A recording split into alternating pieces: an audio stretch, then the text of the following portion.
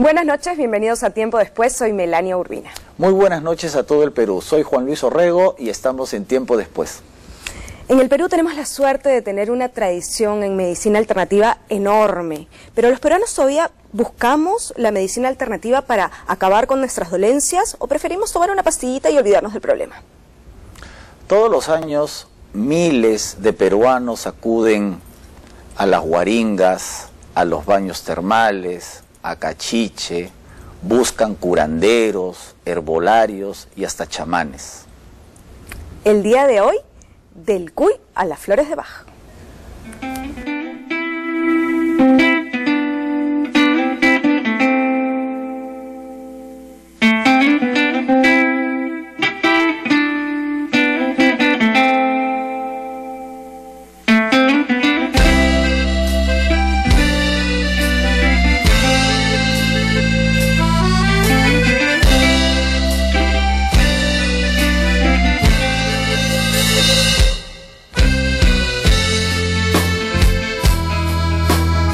El día de hoy tenemos a dos grandes invitadas llenas de buena energía. Me toca presentar a Maritza Velarde, ella es médico pediatra y terapeuta bioenergética. Hola, ¿qué tal? Y nuestra otra invitada, por todos conocida, es la famosa herbolaria Janet Emanuel. Hola. Muy buenas noches. Hola, Bienvenidas. hola. Bueno, Gracias. para arrancar con el tema, ¿qué es la medicina alternativa? Mira, sí, en realidad yo le digo, hay una cosa muy importante que hay que aclarar, ¿no?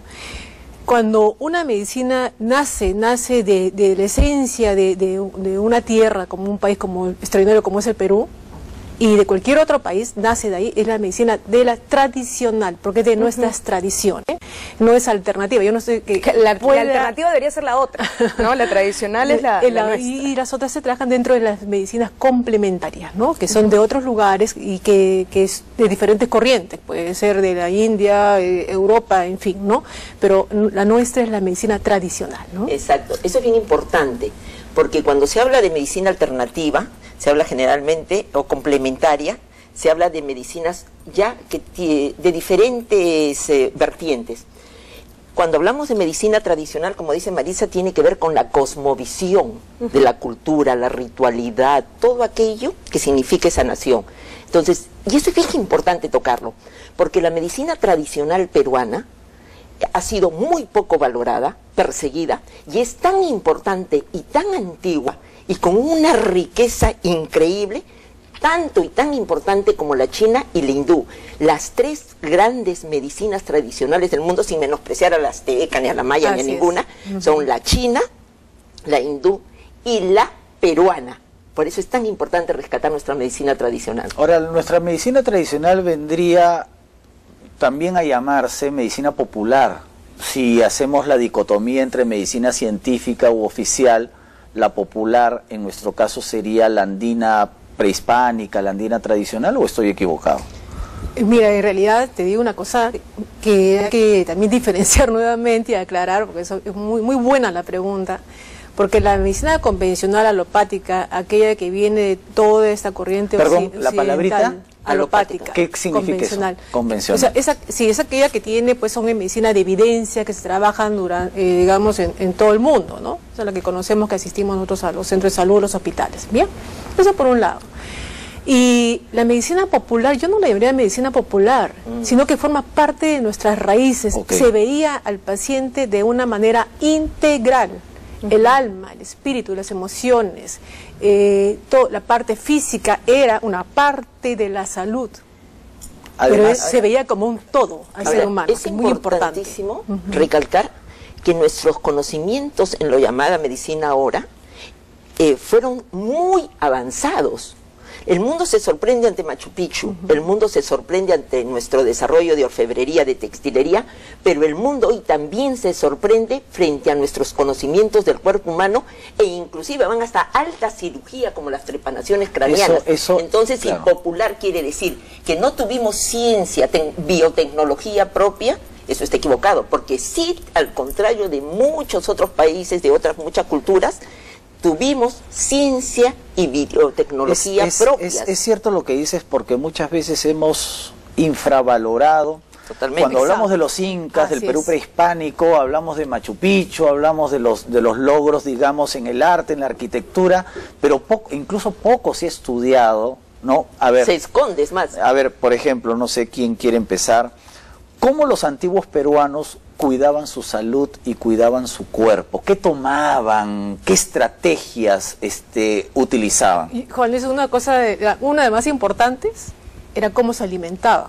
¿Ya? De ahí depende De de ahí si ¿Cómo te se enfermas o alimentaba? no. Absolutamente Porque todo. recuerda, tal como tú te alimentas, tal como es tu salud. Y ellos tenían una buena nutrición.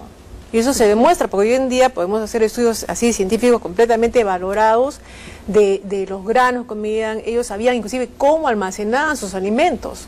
Nosotros tenemos ahora refrigeradoras que también no siempre es 100% tan seguro también la conservación de alimentos. Ellos sabían qué momento cultivaban, qué momento cosechaban, cómo lo almacenaban, todo eso para conservar la calidad y la estructura. Además hay que tener en cuenta que el hombre andino prehispánico no contaba con alimentos que ahora supuestamente consideramos básicos, por ejemplo los huevos, ¿no? La leche, Pero tenían la otro carne. tipo de alimentos. Perdón. Claro. Ahí es bien importante, siguiendo un poco La carne lo de que vacuna, dice digo, ¿no? Maritza, los alimentos en el antiguo Perú, que eran la base de la salud y la base de toda la organización social, eran polifuncionales. Hoy la Organización Mundial de la Salud reconoce alimentos funcionales, pero en nuestro caso eran polifuncionales, es decir, eran además que tenían que ver con la energía, con el espíritu, con el cuerpo y con el alma. Por eso es que también se trataban los males de la cabeza con alimentos y tenían ritualidad. Porque muchas veces decimos, pero los ritos son importantes, son totalmente importantes, porque prueba de ello es que hasta nuestra agricultura era ritual. Claro. Que va más allá del biodinámico, de lo biodinámico que ahora está de moda, porque lo orgánico es importante, lo biodinámico es una corriente El que trabajo trata de- acompañado a la fiesta o al rito. totalmente a la religiosidad, a la forma de ver el mundo. Entonces, los alimentos en el antiguo Perú eran polifuncionales, y tan importante que los alimentos más saludables de la canasta básica, fresca, los hemos dado nosotros, los peruanos, al mundo entero. Por ejemplo, ahorita recién acaban Sí. de aceptar por fin todos que el cacao es peruano, antes se decía mexicano, Ya. pero el cacao es del Perú. Los alimentos importantísimos de la canasta fresca del mundo son peruanos. Además tenemos grandes alimentos como la quinoa, ¿no? Claro. Ahora, Los en superalimentos.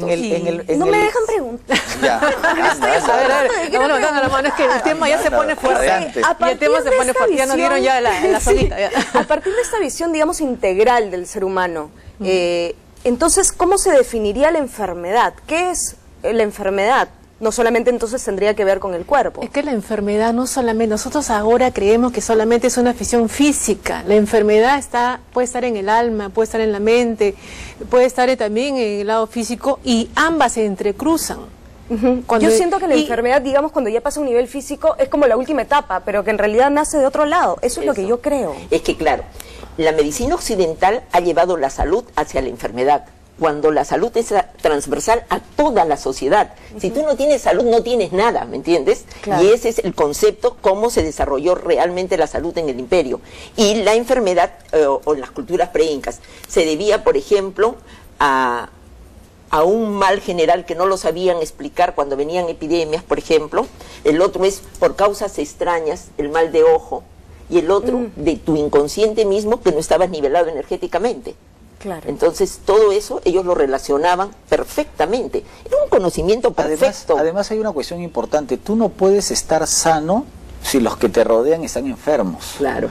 Entonces, por ejemplo, se veía mucho el tema de la salud colectiva, ¿no? Pero es es- decir, es así, los médicos, entre comillas, los médicos, porque no son formales, pero los médicos en el antiguo Perú, Los curanderos. No, los El curanderos. nombre correcto es curandero, Ya. ni siquiera chamán, Curanderos. porque chamán es una palabra ya, extranjerizante. entonces los curanderos prehispánicos se metían a la familia, a la comunidad para ver cómo vivían, qué comían Así e ir es. corrigiendo. Y si hacemos, digamos, un poquito vamos a avanzar y nada más en el tiempo porque es válido. Ya. Recuerden, bueno, aún no son muy jóvenes, pero el médico de cabecera de familia, que iba a la casa, no conocía a toda la familia, a todos los hermanitos, ¿no es cierto? Y era el médico de la familia que tenía confianza. Igual también ahí, o sea, es que la enfermedad no viene sola. Forma parte de la vida misma, de la vida diaria. Entonces, ese enfoque es realmente extraordinario y muy sabio. Ahora, y coherente, sí. obviamente, ¿no? En base a esto, el curandero generalmente era el sacerdote o la sacerdotisa. Entonces, él recibía una iniciación de tipo ritual importantísima y tenía mucho valor. Cuentan que cuando Atahualpa supo que la codicia de los españoles no iba a ser mermada por la entrega del oro y lo traiciona porque lo traiciona, entonces él ordena que los sacerdotes que eran los curanderos y que iban a guardar los conocimientos de la salud y de la fortaleza del pueblo inca, se escondieran en las montañas, en los Andes. Y por eso es que hubo que era el hecho de que ellos transmitieran generación tras generación esos conocimientos que vienen hasta ahora. Pero ahora. también tenemos técnicas, ¿no? O sea, hay operaciones, intervenciones quirúrgicas, Claro, tenemos evidentemente. las trepanaciones craneanas, Perfecto, usaban una como, sobrevivencia usaban única. como Un bisturí. neurocirujano hasta ahora se admira. Claro, hasta ahora se utilizaban admira lo que han como hecho, ¿no? bisturí la obsidiana, que Claro. parece que venía de Ayacucho, hacia la zona de la costa central, ¿no? Las plaquetas estas de metal para las trepanaciones, o sea, hay un conocimiento, mucho de ese conocimiento seguramente se ha perdido, pero Sí. ahí vemos algunas estrategias, ¿no? Incluso hasta las propias momificaciones, ¿no? Claro, que la forma más perfecta de momificar está en el Perú. Ya. Estaba en el Perú, que ahora es la cultura, es lo que viene a ser el territorio entre Arica e Iquique, y ahí han encontrado la perfección para momificar. Además en el esas clima ayuda momias, mucho ¿no? también, la aridez del suelo, la sequedad del suelo Sí. ayuda mucho a las técnicas de Pero momificación. en las técnicas esas son únicas, Claro. y eso han hecho un estudio, ¿no? Y Sí. han descubierto... Bueno, pero los los antiguos peruanos pues usaban hierbas, usaban una serie de estrategias para mantenerse sanos, ¿no? O para curar las enfermedades. Y con Había una- eso, sí. perdónenme, nos vamos a un pequeño corte, pero ya regresamos.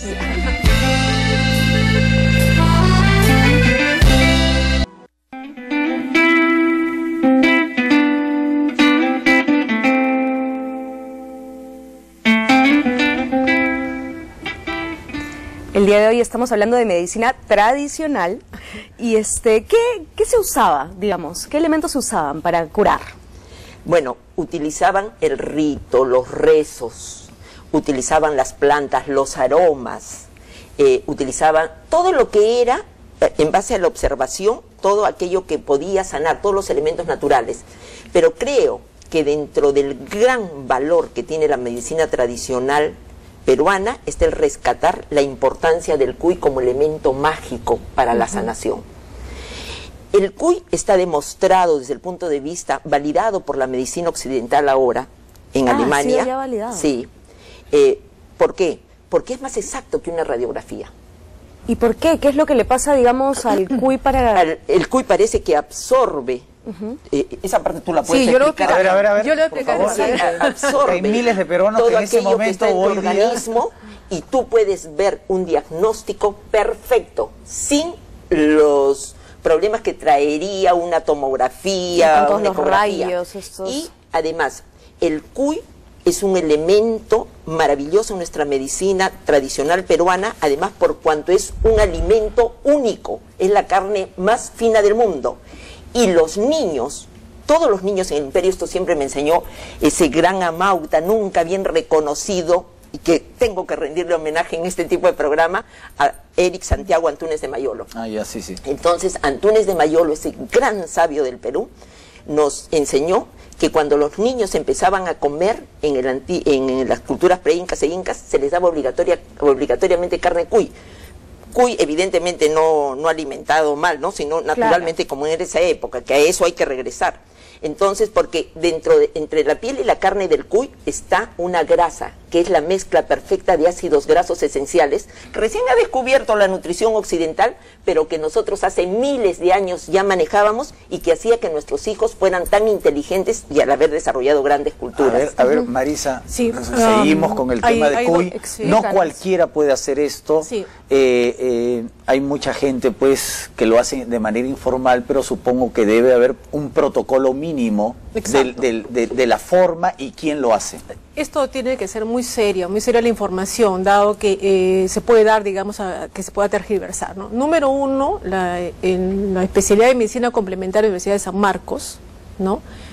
Tiene reconocido las personas que realmente trabajan como pasadores de cuy, en los cuales he hecho estudios anatomopatológicos. Estoy hablando de pasar un cuy en la superficie corporal de una persona y luego llevar, sin que ninguno de los dos sepa, por supuesto, llevarlo a un estudio de anatomopatológico de las muestras, de los tejidos del cuy, teniendo la misma patología que había visto el pasador de cuy, aquellas que se mostraron por un médico patólogo que hizo el diagnóstico de tal o cual enfermedad.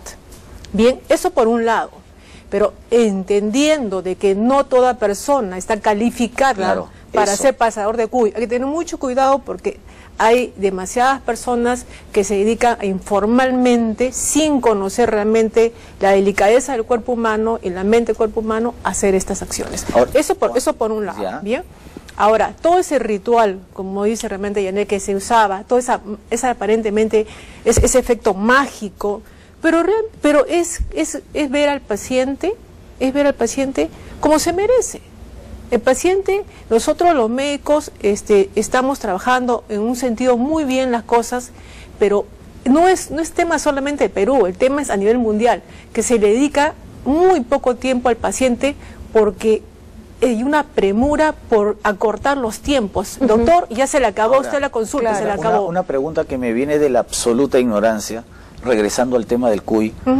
El cuy tiene que tener ciertas características, cierta edad, alimentado de una manera especial para que el resultado del examen sea correcto. Mira, nosotros en el Instituto de Etnociencias que tenemos, estamos haciendo esos trabajos, Maritza, y el cuy tiene que ser alimentado con cosas orgánicas, tal y como es la tradición, ¿no? ¿Ya? No puede ser con esos, ¿cómo se llaman ahora esos alimentos que vienen en bolitas? Esos no. Esos procesados, exacto, alimentos procesados no. Tiene que vivir bajo condiciones normales, no de estrés, y tiene que tener un tamaño normal, un peso.